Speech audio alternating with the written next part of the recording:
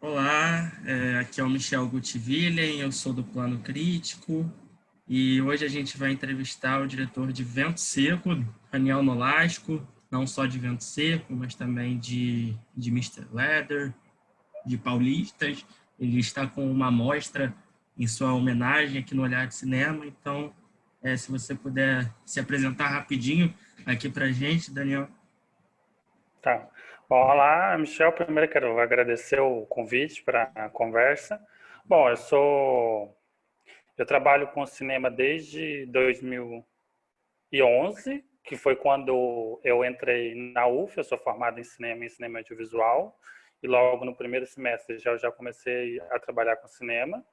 Mas eu sou de Goiás, eu sou nascido e criado numa cidade chamada Catalão, que é uma cidade que fica bem no sudeste ali do estado, bem próximo de Minas, do Triângulo Mineiro, né? A gente até brinca que a nossa capital é Uberlândia e não Goiânia, pela proximidade.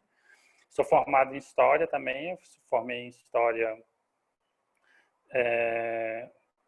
lá na UFG, lá em Catalão, e depois vim para cá fazer cinema e estou, de certa forma, no Rio até hoje, apesar de trabalhar muito lá em Goiás. Entendi, que legal. Então, vamos falar sobre Vento Seco. Eu primeiro queria que você começasse falando sobre algumas escolhas estéticas que você fez. Falar sobre a sua intenção no uso de cores, de neon, e falar sobre Uhum. também a movimentação de câmera, né? Que eu sinto que a câmera ela vai acompanhando o corpo masculino, ela vai atrás dele. Enfim, falar sobre isso. Uhum. Ó, o Vento Seco, ele tem um protagonista, né, que é um protagonista que basicamente tem todas as cenas, que é o Sandro, né? E o filme tem muito ser um ponto de vista dele, né? Então é muito criado, né, de certa forma, sobre o que seria o que ele estivesse vendo e sobre como ele estaria se sentindo, qual seria a subjetividade naquelas situações, né? Então, quando a gente foi pensar no uso de cores, né, a gente trabalha muito, né, também com uma ideia de estética neon, né, digamos assim. A gente tinha muito também, né, porque é um personagem muito calado também, né, muito na dele e tal. Então, para a gente estar meio que transformando em imagem o que o personagem está sentindo, a gente meio que trabalhou com algumas cores para poder expressar determinadas sensações, né? Tipo assim, toda vez que ele está fazendo sexo, está num tom muito amarelo, dourado, né? Então tem essas coisas assim para esses momentos mais eróticos, né? Tem um outro personagem que ele vai acabar se envolvendo ao longo da narrativa, que é o Maicon, que é um personagem que é muito uma metização de uma certa estética fetichista dos anos 70 e tal, ali do Tom Finland, da pornografia, né, que vai abrir caminhos para eles para determinar desejos, tem muita cor rosa. Então é um personagem que quase sempre, quando ele está presente em cena, tem o rosa em algum lugar ali, ou mesmo como iluminação prioritária da cena, né? Tem muito a questão do vermelho para atenção e para uma certa relação da violência, mas uma violência que, de certa forma, é meio erotizada, né? Não é uma violência no sentido mais clássico que a gente conhece. Então, tem muito isso. E também tem muita questão dos tons azuis para as rotinas, né? Principalmente por causa que a gente filmou em catalão e o Cerrado tem uma questão da... O céu é muito árido, né? Principalmente nessa época do ano que é seca, quase não tem nuvem. Então, existe uma onipresença muito grande do céu, né? Lá em Goiás, né? Então, meio que a gente trouxe esse tom azul para essas cenas que é de rotina, também é uma cor muito presente na fábrica, onde eles trabalham, assim. E com relação aos movimentos de câmera, tá mais ou menos nessa ideia também, né? Como é isso, né? Que é um personagem muito parado, muito estático, né? Em vez dele se movimentar, a imagem se movimenta para poder tentar traduzir o que ele está sentindo, assim. Sim, perfeito. E eu acho que aí nessa sua resposta você também já respondeu várias coisas assim aos poucos que eu vou te perguntar a seguir também. Tá. Uma outra pergunta seria, né, que o Vento Seco ele é um filme muito direto e frontal nas suas cenas de sexo. E aí eu queria saber como é que você quis comunicar isso, como é que surge essa escolha, enfim. Uhum.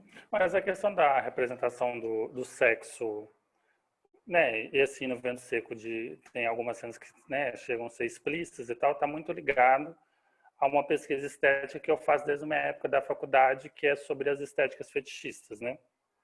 E aí, principalmente, também sobre o trabalho de alguns pornógrafos norte-americanos da década de 70, né, que tem muito...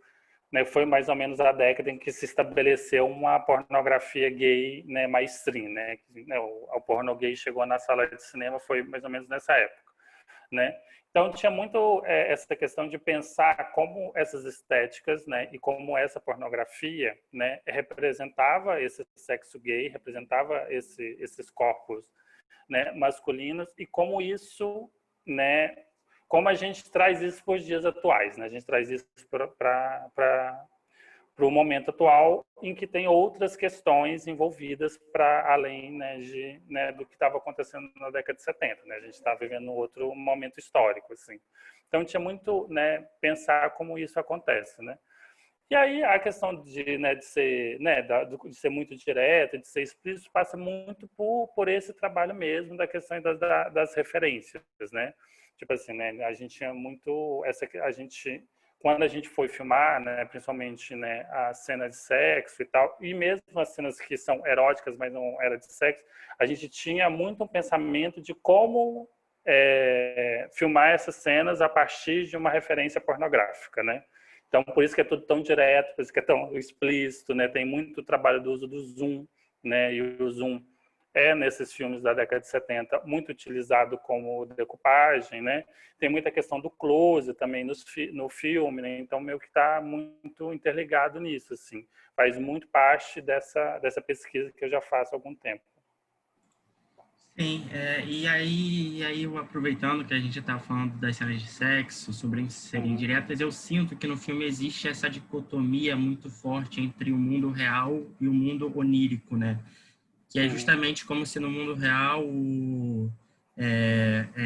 esse protagonista ele tivesse reprimido, e aí é justamente no mundo dos sonhos que vai explodir.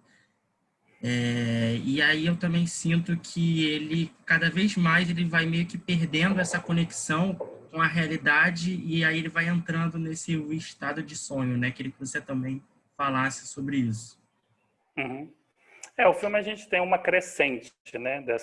A gente começa estabelecendo muito claramente rotina, mundo real, sonho, e à medida que o filme vai desenvolvendo, né, a narrativa vai acontecendo, isso vai sendo borrado até chegar no ponto em que tudo fica meio nebuloso, né? Então, a gente tinha essa progressão, que é uma progressão que é muito pensada sobre a questão mesmo do Sandro, né? Do personagem, como ele vai lidando com os desejos deles, né?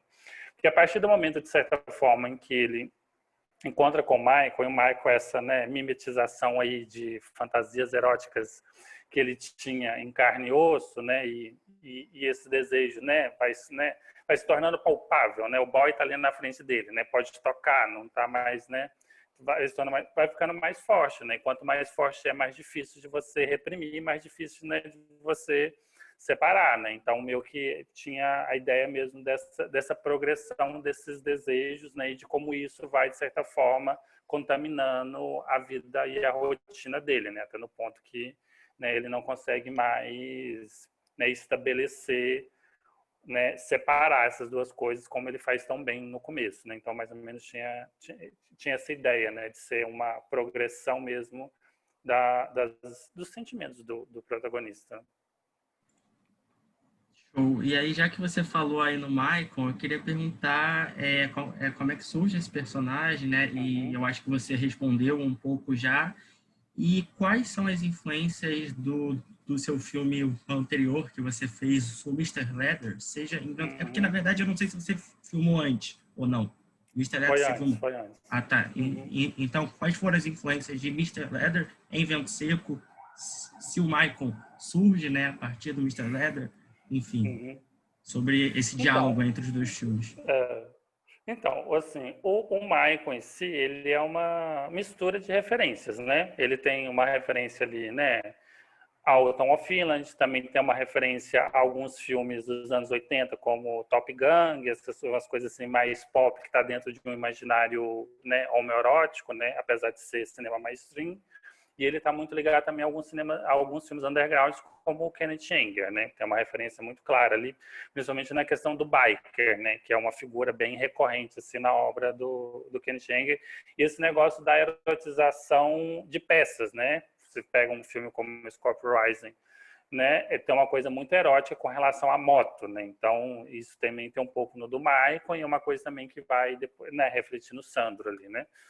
E aí, então, tem essa miscelânea. O Mr. Leather, ele foi, de certa forma, feito... Quando eu fui fazer o Mr. Leather, o projeto do Ventos Secos existia, né? Mas é a loja da ficção, né? A ficção é sempre mais estendido todo o processo de produção. E durante esse processo de preparação, captação, financiamento do Vento Seco, acabou de eu realizar o Mr. Leather, né? O Mr. Leather, eu tive uma experiência assim, que foi interessante, acabou interferindo bastante no Vento Seco, né? De algumas formas de como usar a referência. É porque no Mr. Leather tem um personagem que é o Cop, né? Que é o Rodrigo. Na verdade, o Rodrigo, o personagem dele é o Cop, que ele mimetiza de forma muito direta, digamos assim, um ator pornô da Cult Studios, né? E esse ator pornô da década de 70. Assim, ele tem isso muito forte nele. Né? E até mesmo a questão da performatividade, como se ele fosse um pornô star, né? E essa questão dele ser um personagem tão assumidamente erótico, né? Que tem essa questão do sexo tão presente, né? E tudo, isso de certa forma causava alguns questionamentos dentro da própria comunidade Leather, né? Tanto que ele era o Mr. Leather é um concurso, né? E durante o concurso, ele é um dos candidatos, e durante o concurso, uma das perguntas que se faz para ele é tipo assim, como é que a gente vai explicar, se você foi eleito Mr. Leather, que o representante da comunidade Leather é um ator pornô? Como se, tipo assim, que é uma dicotomia muito grande, porque né, o pai da estética Leather é o Tom of Finland, que é um pornógrafo, né? Tipo assim, explicar o quê? Não tem nada para ser explicado. Mas assim, e aí eles tinham muito essa questão de uma coisa muito direta, dessa questão da referência a essa pornografia, a esse imaginário e tal, né? E aí uma coisa que de certa forma influenciou muito fazer o Vento Seco, e aí que o personagem do Michael reflete muito isso, é fazer essa referência ser muito palpável, né? Então é muito direto, né? Quando você vê aquelas figuras e aquelas imagens que a gente está fazendo, né? Está dialogando, a gente está ressignificando, a gente está colocando no filme, né? Então foi um filme que surgiu, o projeto Vento Seco já existia, mas teve, né, toda essa influência, digamos assim, quando eu fui fazer o Vento Seco depois, né? Sim, fico muito feliz até que você falou aí de Kenneth Anger, porque eu falo justamente sobre essa ligação entre o seu filme e o cinema dele. Para mim ficou muito claro, ali principalmente com o Michael, nas cenas de sonho. Então, fico feliz que exista, que não foi uma viagem minha, e aí aproveitar e te perguntar também sobre quais são as suas outras influências, como diretor, se você já falou que você estudou, né, pornografia, enfim. Então, no Vento Seco, assim, se a gente for pegar o Vento Seco em si, né, ele tem uma outra influência também que é muito óbvia, que é o cinema do Fassbinder, principalmente se a gente for pegar o Querelle e o trabalho com o melodrama, né? Que a gente tinha até uma piada que a gente filmou Vendo Ser como se fosse um filme pornô e montou como se fosse um melodrama, né? Nessa questão de trabalhar muito que essa coisa dos gêneros do excesso, né? E aí, então, o Fassbinder é uma influência muito grande nisso, assim.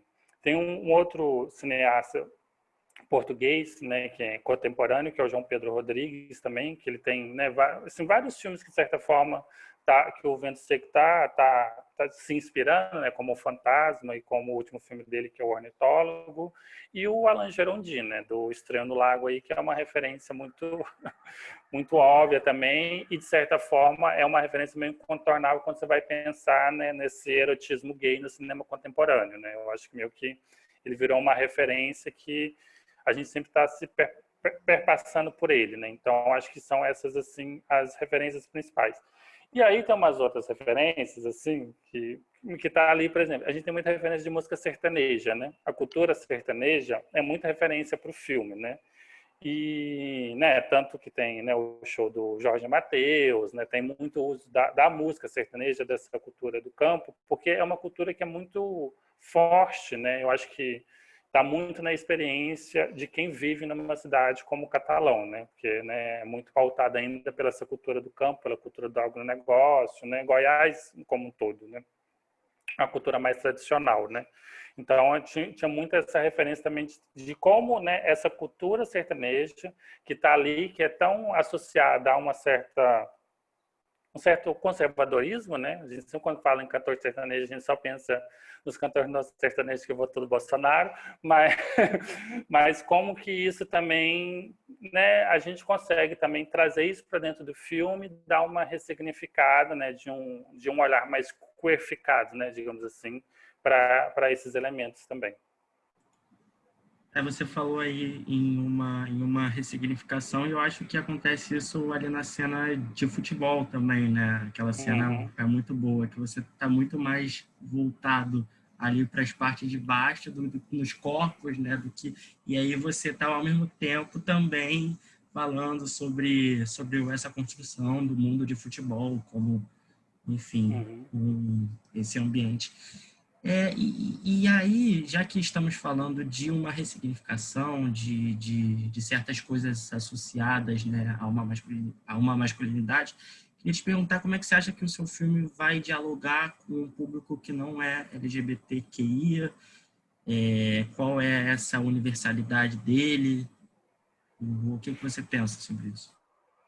Uai, assim, eu confesso pra ti que eu não pensei muito nisso, não. Assim, quando eu estava fazendo o filme, eu pensei muito no espectador LGBTQ, né, no espectador, né, gay, assim, vendo o filme, assim. Não era uma preocupação essa questão do diálogo com um público heterossexual. Mas assim, né, o filme acaba, né, se a gente tirar todos esses elementos, a gente for pegar, tipo assim, o que é a essência do Vento Seco, ele é um romance, né, é uma love story, né, digamos assim. Né, então, eu acho que isso é um elemento que traz, né, assim, né, outras pessoas que não sejam tão interessadas, assim, nessa questão da cultura LGBTQ, também pode se interessar por filme, assim, pelo filme. Né? Também tem outras questões, por exemplo, a questão ali da questão da fábrica, do trabalho, né? De uma certa representação de uma região e de uma paisagem do Brasil que não é tão vista assim no cinema, que é o Centro-Oeste. Eu acho que todos esses elementos estão ali que eu acho que faz com que públicos mais amplos se identifiquem, né, e embarquem no filme. Mas assim, não foi uma preocupação, assim, eu não tinha, não estava lá na listinha de coisas a se preocupar ao fazer o Vento Seco, essa questão da espectralidade heterossexual. Assim. Você já recebeu algumas impressões já de um público que não seja LGBT? Escutou já alguma coisa? O Vento Seco é um filme que tem eu acho uma receptividade muito mista, né? Porque é um filme que eu acho que tem elementos para as pessoas se identificarem, mas também ele é muito codificado. Eu acho que a experiência para uma pessoa que não está muito ali afim de embarcar naqueles códigos que o Vento Seco está trabalhando, tipo assim, o filme vira uma tortura, né? A gente já é 1h50, pelo amor de Deus, sexo de novo, né? Então eu acho que varia muito assim. Então eu acho assim, então é uma referência muito mista, assim, né? Mas normalmente, assim, quem, né, se identifica e consegue embarcar no filme, assim, normalmente, assim, pega assim, vários elementos, né? Tem muita gente que fala muito sobre a questão da representação do sexo, né? E assim, e algumas pessoas assim fala muito também sobre a questão do núcleo da fábrica, né, que é o núcleo, né, meio coadjuvante ali, mas que no final das contas ele também acaba tendo peso, principalmente na parte final do filme, né? Então é muito mista assim a recepção assim, né? Mas assim, a gente já teve bastante feedback do filme, né? Assim, apesar dele estar estreando no Brasil agora, no Olhar de Cinema, ele já passou em alguns outros festivais e tal, então a gente sempre tem assim um retorno do público assim. Então é bem diversificado assim, né, a recepção. Não sei se eu te respondi. Não, sim, sim, sim, respondeu muito boa a resposta. E aí, queria que você falasse também um pouco, né, aproveitando que aí no Olhar não está passando Uhum, Vento Seco só, como que está passando uma mostra em homenagem a você, uhum, né? Queria que você falasse um pouco sobre o que você procura na sua filmografia de modo geral. Assim, é claro que muitas vezes o cineasta ele não vê isso, ele não planeja isso de uma maneira consciente, mas fazendo uma própria análise dos seus filmes, até agora eu queria saber uhum. aonde que você acha que você já chegou, que você está chegando, você sente que você fala ali das coisas em comum. Uai, gente, isso é muito difícil. Eu acho que eu nunca fiz essa reflexão, assim, sabe? É porque, assim, eu sempre fui muito de fazer um filme, terminar um filme e fazer outro, assim, né? Na verdade, desde que eu comecei a trabalhar com cinema em 2011, né? Esse ano, 2020, foi o único ano que eu não filmei, assim, né? Todo ano, pelo menos um curtinho, um doczinho. A gente sempre tá produzindo, assim, né? Então, eu nunca tive esse momento de parar e refletir um pouco sobre para onde está indo, aonde quer chegar e tal, assim. Eu sei muito, assim, coisas que eu gostaria de ver, assim, né? E coisas que eu não vejo com muita frequência sendo feitas, assim. Vai muito mais, assim, de fazer filmes que eu, como espectador, gostaria de assistir, né? E também de filmes que eu, particularmente, acho que precisa... estéticas e formas de narrar que não assim, eu particularmente não vejo muito, assim, então é mais ou menos nisso, assim. E eu faço muito documentário, né? Tipo assim, apesar dos meus 3 últimos filmes, O Senhor Raposo, O Mister Led e O Vento Seco, serem muito voltados para esse universo erótico masculino, né, gay masculino, eu eu faço muito documentários, normalmente documentários que são meus registros do cotidiano, né, documentários observacionais, né, o Paulistas é assim, e eu tenho alguns cursos que estão assim, que é mesmo desse registro do cotidiano, né? Então, são duas coisas meio diferentes entre si, que eu acho que então, mas que eu acho também que são meio complementares, assim, porque eu acho que a experiência do documentário ajuda muito na ficção e a experiência da ficção ajuda muito no documentário, né? Então, assim, mas assim, um pensamento mais concreto sobre isso que você está me perguntando, eu não tenho e eu ainda não fiz assim essa reflexão. Sim, sim. Então, já que você falou já de cinema LGBT aqui no Brasil, eu queria Uhum. saber como que você acha que está o cinema LGBT hoje aqui no Brasil, o que você espera para ele aí nos próximos anos, se você acha que ele vai enfrentar muita repressão, né, enfim, e se você sente alguma coisa que você acha que falta nele, fala um pouco sobre isso.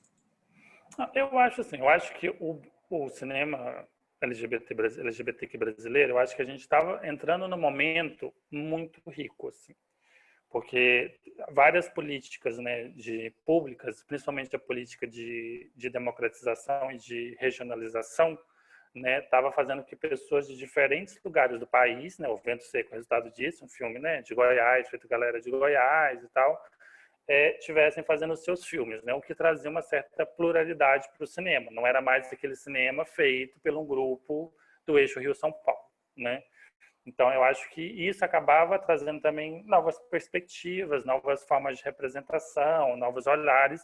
E eu acho que o cinema, e o cinema brasileiro no geral, e aí o cinema LGBT também estava muito nesse momento muito rico mesmo. Se a gente pegar, por exemplo, os dois, né, se a gente for pegar, por exemplo, uma janela muito importante para o cinema LGBT, que é o Mix Brasil dos 2 últimos anos, você pega, por exemplo, a sessão de longas dele, você tinha filme do Mato Grosso, né, você tinha filmes do Pará, tinha filmes de vários outros lugares, que são filmes aí que está trazendo, né, experiências e vivências diferentes. Assim. Então, eu acho que a gente estava caminhando para um lugar muito. A gente não tinha chegado no momento ideal, mas a gente estava caminhando para um lugar que estava parecendo ser muito interessante, né, do cinema brasileiro chegar.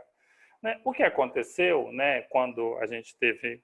E isso foi uma coisa que aconteceu desde o Temer, na verdade. Né? A gente sempre coloca o Bolsonaro como marco, mas é uma coisa que estava acontecendo desde o Temer que está vendo todo, né, uma certa, né, paralisação do cinema, né? Por exemplo, o Vento Seco ele é Prodecine 5, né? E uma das primeiras coisas que o Temer fez foi acabar com o Prodecine 5, que é o edital voltado para a pesquisa de linguagem, né? O Prodecine 5 do Vento Seco é o último Prodecine e que aconteceu ainda durante o governo da Dilma, né? E aí, quando o Bolsonaro assumiu com aquele discurso, né, ideológico dele, a sensação que a gente tinha era que, tipo assim, as narrativas LGBTs e pessoas LGBTs não vão ter mais espaço nesse governo, mas o cinema vai continuar aí produzindo, né? A gente achou que ia ter uma coisa meio ideológica. Mas, assim, as coisas foram se complicando tanto e foram ficando tanto mais pessimistas, né? Mas coisas foram acontecendo que hoje parece que é uma coisa meio paralisação generalizada do cinema e não mais essa questão só ideológica, né? Mas assim, né? Eu acho que diferente do que aconteceu na época do Collor, eu não acho que o cinema brasileiro vai se paralisar, vai acabar como acabou lá, né? Eu acho que o cinema vai continuar acontecendo, né? Eu acho que também a gente teve uma evolução tecnológica aí com o digital também que fez com que o cinema se tornasse mais barato, mais possível de ser feito, né?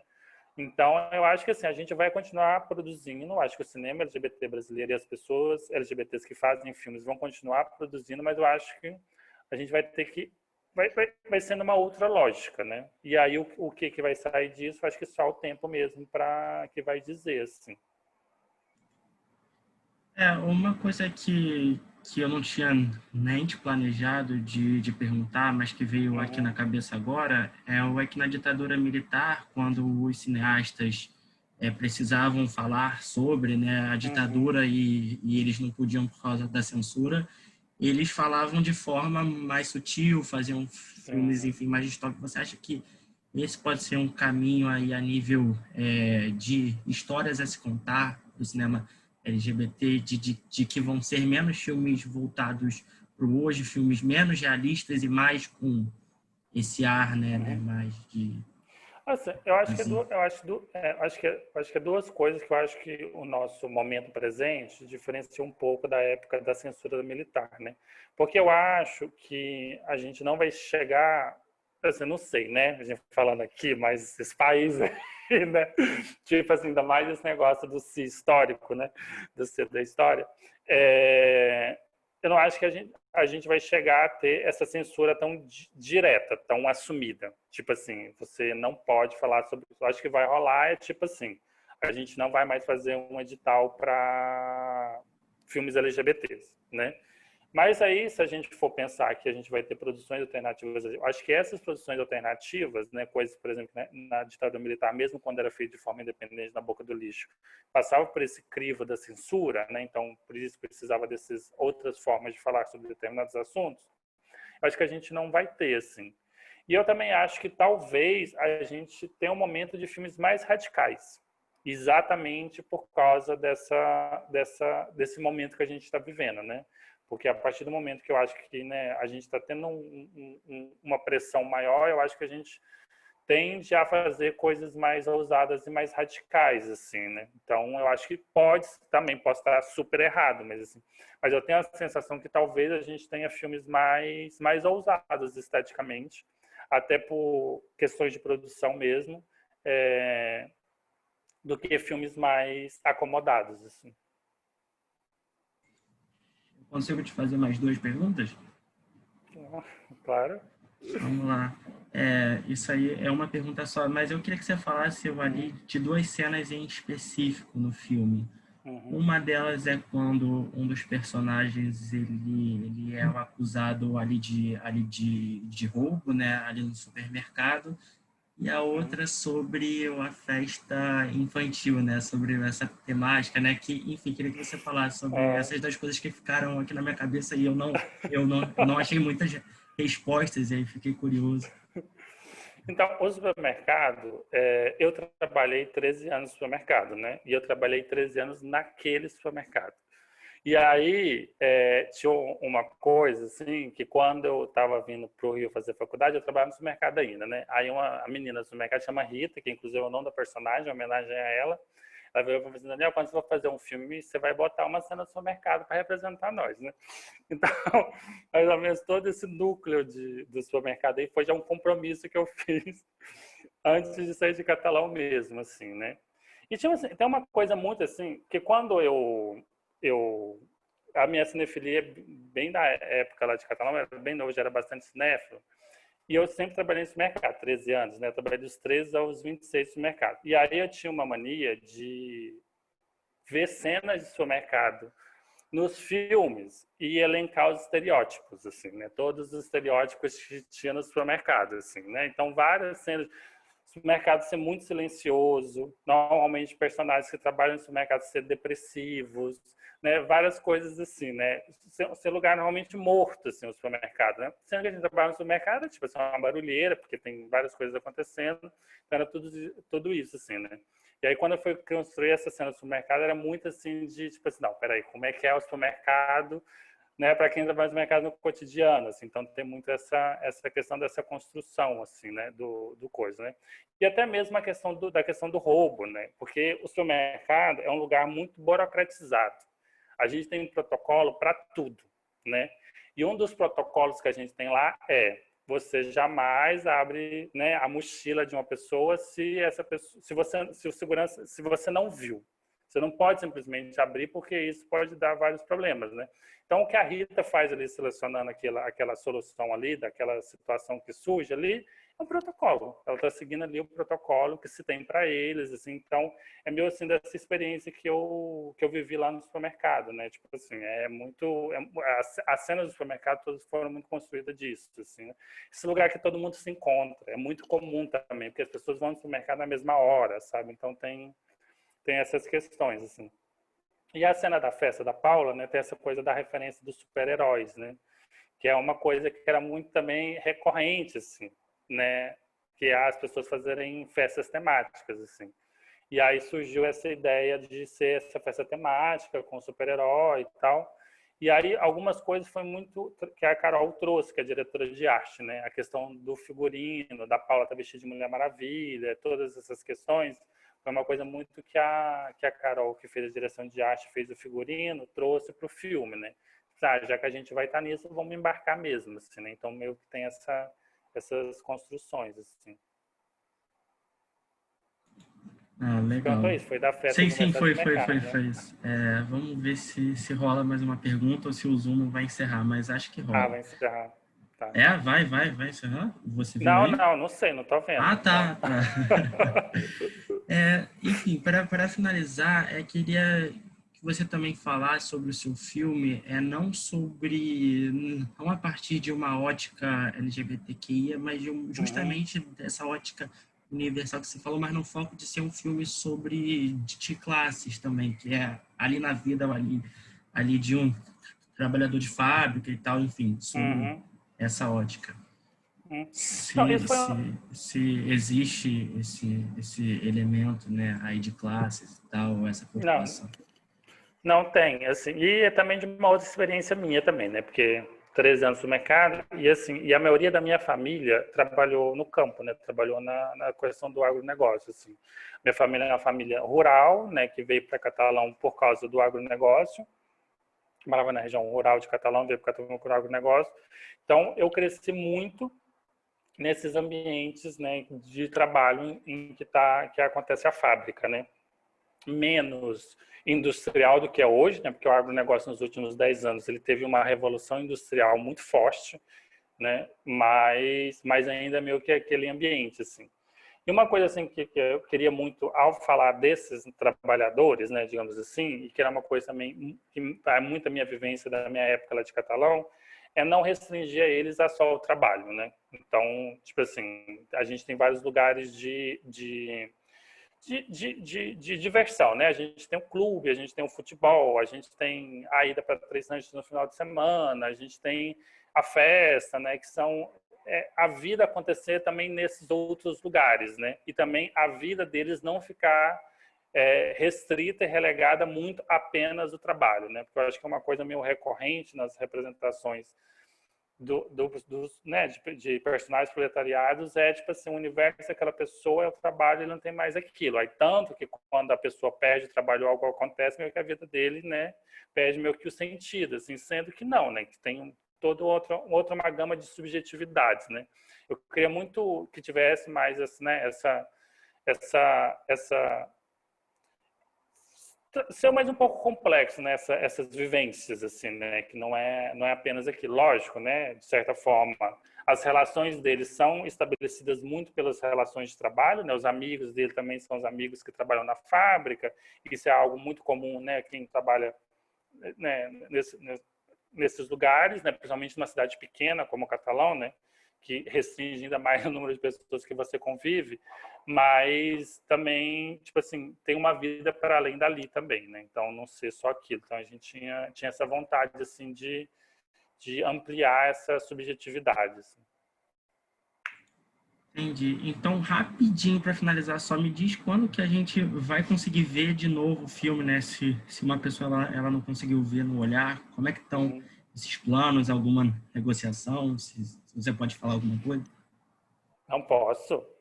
Não, ele vai ser lançado. Ele era para ter sido lançado comercialmente em novembro, né? A Olhar Distribuidora, que é a distribuição. Só que aí, né?